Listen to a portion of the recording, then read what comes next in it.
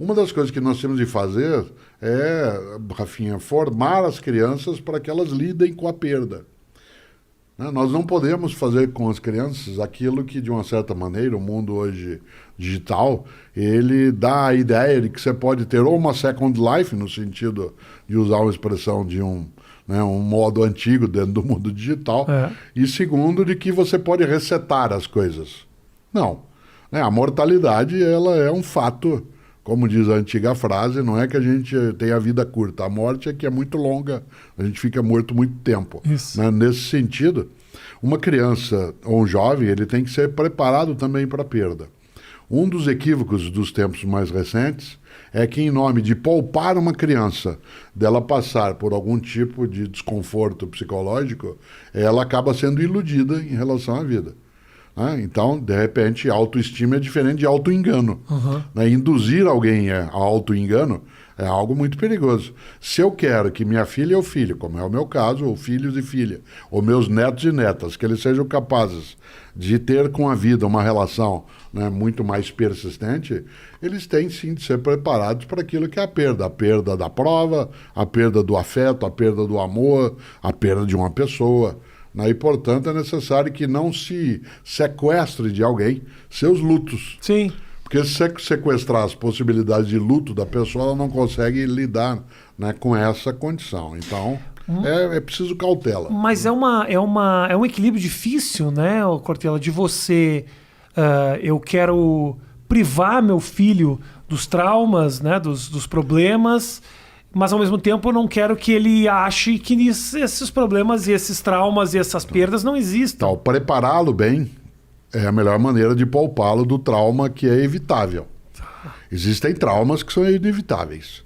Né? No meu escritório, na cidade de São Paulo, sempre teve uma frase, e agora numa biblioteca, porque agora eu não estou mais no escritório que você já esteve. Agora Sim. Na minha biblioteca, onde Jura? eu fico, faço Abandonou as coisas. o escritório? Não, ao contrário, continuo escrevendo, fazendo, mas num local que é o meu local de livros. Tinha lá uma frase, continua, que é: aqui só admitimos o erro inédito. Aqui só admitimos o erro inédito significa que, né, a possibilidade do desastre, ela é uma possibilidade, ela não é uma obrigatoriedade. Né? Por isso eu tenho que me preparar para esse tipo de circunstância. É claro que é difícil, né, você dizer, mas eu gostaria de poupar, né, minha criança de um sofrimento. Mas existe um modo, não que você o induza ou a induza a sofrer, né, para que ela aprenda. Não é o aprendizado pela dor. É que ela precisa estar preparada e estar em estado de atenção para aquilo que pode ser prejudicial. Né? É um lema, eu aprendi esse lema lendo um dia um livro que eu imagino que eu não gostaria e que eu adorei, eu odiei durante 3 anos por preconceito, né? Uma leitura da biografia, né, da especial Jane Fonda. Ela tem um livro, que é a história dela, chamado Minha Vida Até Aqui, que é magnífico, magnífico. Eu fiquei absolutamente irritado, né, com a minha tolice de ter postergado tanto tempo a leitura. E ela foi casada com Ted Turner. Sim, que é o cara criador da CNN. Exatamente. E ele usava, né, um lema de vida que eu acabei adotando como meu, que eu partilho com os filhos e filhas, com netos e netas. Ele dizia: deseje o melhor e prepare-se para o pior. Deseje o melhor. No campo do desejo, da tua intenção, você tem que ter o melhor como referência. Mas como estado de atenção e ao mesmo tempo de cautela, você tem que contar com a possibilidade do pior. Então, deseje o melhor, prepare-se para o pior, faz com que uma criança, ela, primeiro, não seja iludida. Né? Como a gente brinca, a vida, né, não é só festivais, gritou o Caetano um dia, né, dentro de um deles. Né? E segundo, como a gente brinca no Paraná, de onde eu sou, mundo de poeta não tem pernilongo. Né? Não tem mosquito, não tem muriçoca. Né? E, claro, existe. Então, não é que você induzirá alguém ao sofrimento de modo proposital. Né? Não é assim, valeu a experiência. Isso. Né? Ao contrário.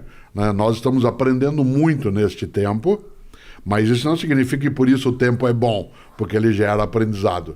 Porque o custo, né, que vem junto, ele é desnecessário. Então, né, alguém pode, em sã consciência, ser capaz de induzir alguém, né, à ferida, ao machucado, para que ela perceba. Não há necessidade, né? Você pode ensinar. E nisso, desculpe, há uma diferença. Né? Eu sou pai, sou descendente de italiano com espanhol, portanto sou latino, além de brasileira. Mas tenho, né, 2 netos que são alemães também. Também porque há outros modos de ser humano, além de italianos e brasileiros. E uma coisa que eu notei, a mãe germânica, por exemplo, ela adverte. Né? A mãe brasileira, a mãe latina, ela vaticina, ela ameaça. Tá. Por exemplo, eu vi várias vezes, né, dentro da cultura germânica, né, a mãe dizendo assim, cuidado que você pode cair. E me peguei algumas vezes, como bom latino, dizendo, você vai cair daí. Entendi. Uma joga praga, a outra orienta. Ora, esse tipo de percepção, né, ele precisa ser lidado também nesse campo. Isto é, você vai cair daí, não retira da pessoa a autonomia da queda. Sim. Né? O Abu Janra dizia isso, a vida é tua, estrague-a como quiser.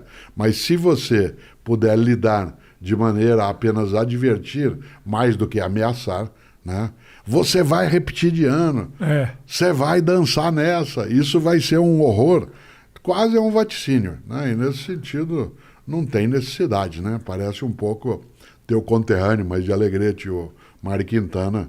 Em 86, quando você era criança, ele lançou um livro... 10 anos. 10 anos, né? Ele lançou um livro de poemas chamado Baú de Espantos. O título é genial. Isso me dá uma raiva imensa, porque eu não pensei num livro com esse título, né? E Baú de Espantos. São os 2 livros que te deram da Jane Fonda.